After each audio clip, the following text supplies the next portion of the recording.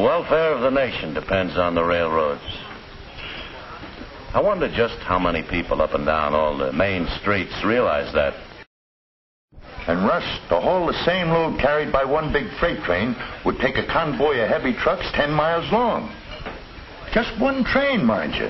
And about 15,000 freight trains are on the move every day. Nice and cold, Scotty? Tell you what I wouldn't mind them showing on TV. Especially for those people who never think much about railroads. If it weren't for railroads, how would you move large equipment across the country? Like that, for instance. Or something that size. As long as you're talking about the hauling jobs the roads do, how about mail? About 90% of all intercity mail is carried by the railroad. And what's more, Uncle Sam paid the railroads less to move that 90% than it cost them to move the remaining 10. And don't forget express. The railroads pick up and deliver over 350,000 express packages a day. Kelly, how about another cup of coffee? Oh, sure. Say, you know, I've been thinking about that remark you made a few minutes ago. About railroads being overrated? Yes. Oh, don't get me wrong. I know that they've been important. Oh. At least in the past. But this is a modern age. And and I suppose railroads aren't modern. Well, maybe I don't know enough about railroads. Maybe. You and a lot of other people. Pick it up, Kelly. Okay. Anyway, stick around. You might find it interesting. I will.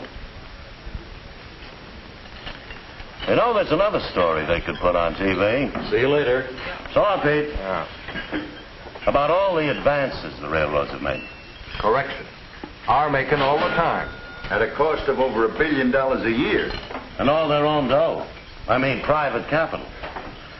Today, you've got more tonnage moving in a single train, faster movement of freight. Why? Why? A whole fistful of reasons. And I'll tell you one of them. Power.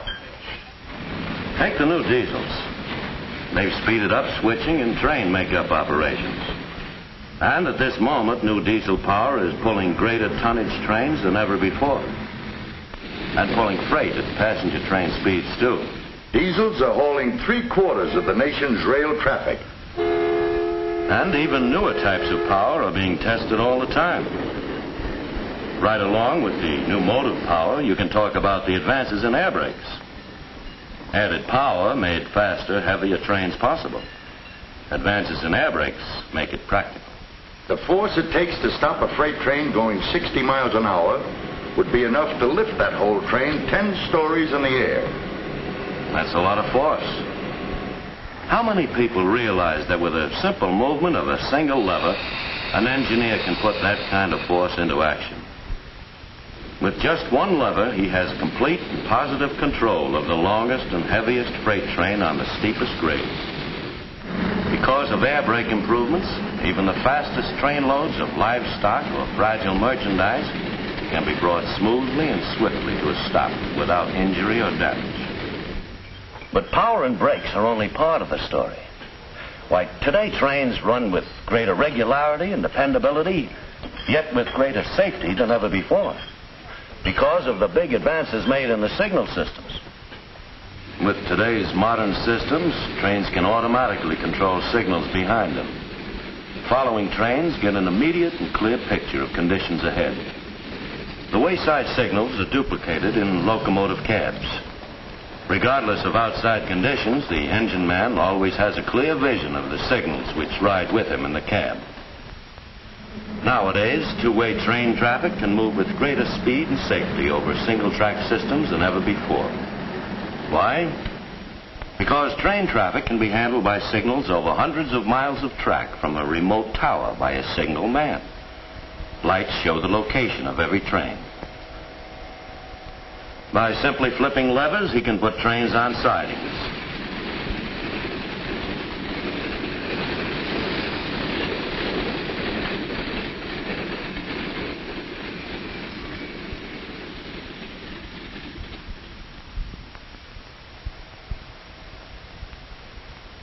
And allow others to move by in the opposite direction on the main line.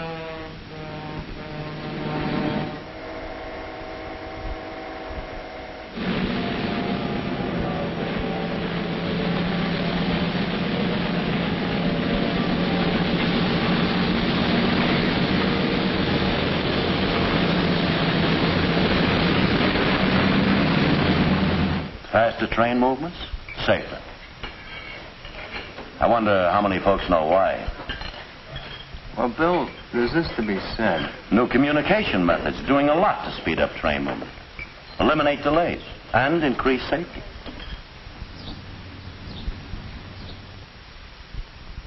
Okay, Dick. Flagman's back on. Right. Eastbound 9696 to eastbound 9541. Okay, eastbound 9541. Everything looks good. Okay, 9694. Putting you on a siding at Quentin. Conductor 9604 to Great Tower. Cattle on the track. Had to stop a mile south of Crooks Road. Just another example of modern methods the railroads use. You're right there, Bill. And what's Now, more... there's more to the story why freight shipments are moving faster today. Right at this moment. Improved systems for classifying cars. Freight cars can be classified at the rate of 1 every 12 seconds by a single operator in a tower. He pushes various speed selector buttons, and retarders grip freight wheels with the exact amount of pressure to slow the car down to the speed the operator selects. It's a long story, the story of the advancing rails. I'll say it's a long story. Yeah. And it could go on, too, about rails, roadbeds, and routes. The new rails you have today are heavier, sturdier, and made of better metal. And the new roadbeds being put down, how much faster they're made. How much faster rails are being laid because of modern mechanized equipment. New rails, new roadbeds, new track-laying methods, grades reduced, sharp curves eliminated, so that goods and people move more smoothly, safely, and faster than ever before. This TV program ought to have the story on modern passenger service. How many people know that they can enjoy the same comfort on trains as in their own living rooms? And the same kind of safety, too.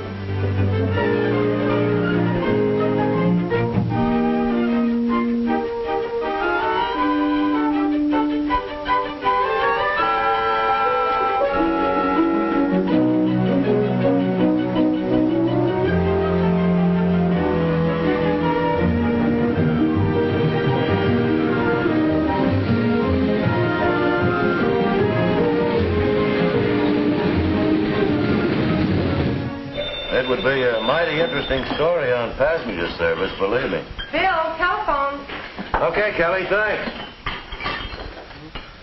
You know, they shouldn't forget the number of purchases the railroads make either. All the things it takes to give the public modern transportation service. How many items, Scotty? Oh, nearly 100,000 different items from manufacturers and suppliers in over 12,000 cities and towns. The bill amounts to almost $7 million a day. And that's all railroad dough. No subsidies, no tax money. Bill, shall I tell him you call him back? Oh, no, I'll be right there. Any way you look at it, it's a tough story to tell in half an hour. And I don't envy the guy who's got the job. No, that's me. Say, I'm sorry about Paul Todd. He's usually here. Oh, that's quite all right. I enjoyed the wait. You know, maybe you want to see this new TV show the boys have been talking about. You think it'll be any good? Yeah. Well, I sure hope so. I hope so, too. $25, $50 a dollar. Thanks a lot, and stop back again sometime. Well, thank you. I might surprise you and do just that.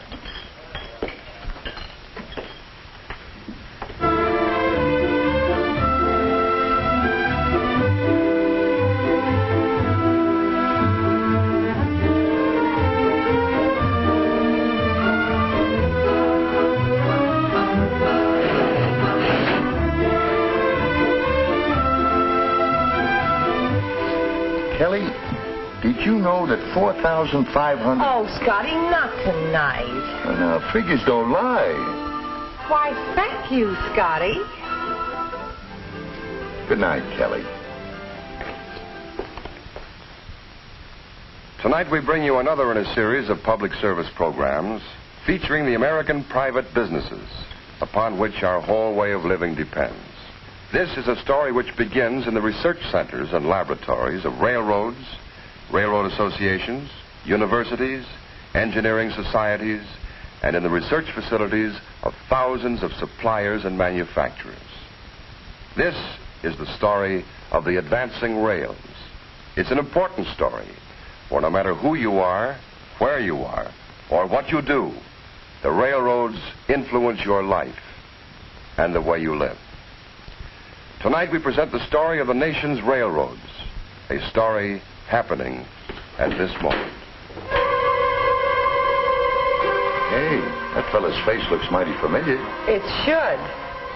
Isn't that the fellow who was having coffee here a couple of weeks ago when we were all That's talking? him. And if you ask me, he's a wise guy. Hey, look, Bill. They're doing just what you were talking about. Look at that. As a private business, the railroads welded a continent into a nation, helped little shops become large factories, small towns become cities, linked every community with every other community. The welfare of other businesses and the welfare of the nation's people have and always will depend heavily upon the railroads continuing to operate as a private business, continuing to advance, continuing with these advances and as private businesses to help keep the nation prosperous in times of peace, strong in times of emergency.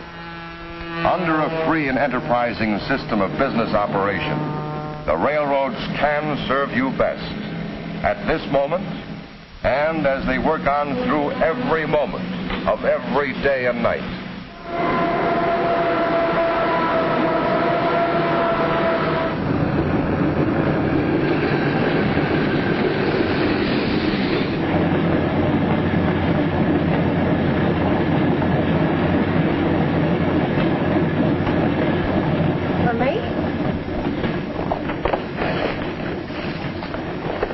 Kelly, I don't think that fella's a wise guy. That program's good. Kelly, I hope you find the TV program as good as I found your coffee and Irish advice. John O'Shea. Well, kind of a nice wise guy anyway.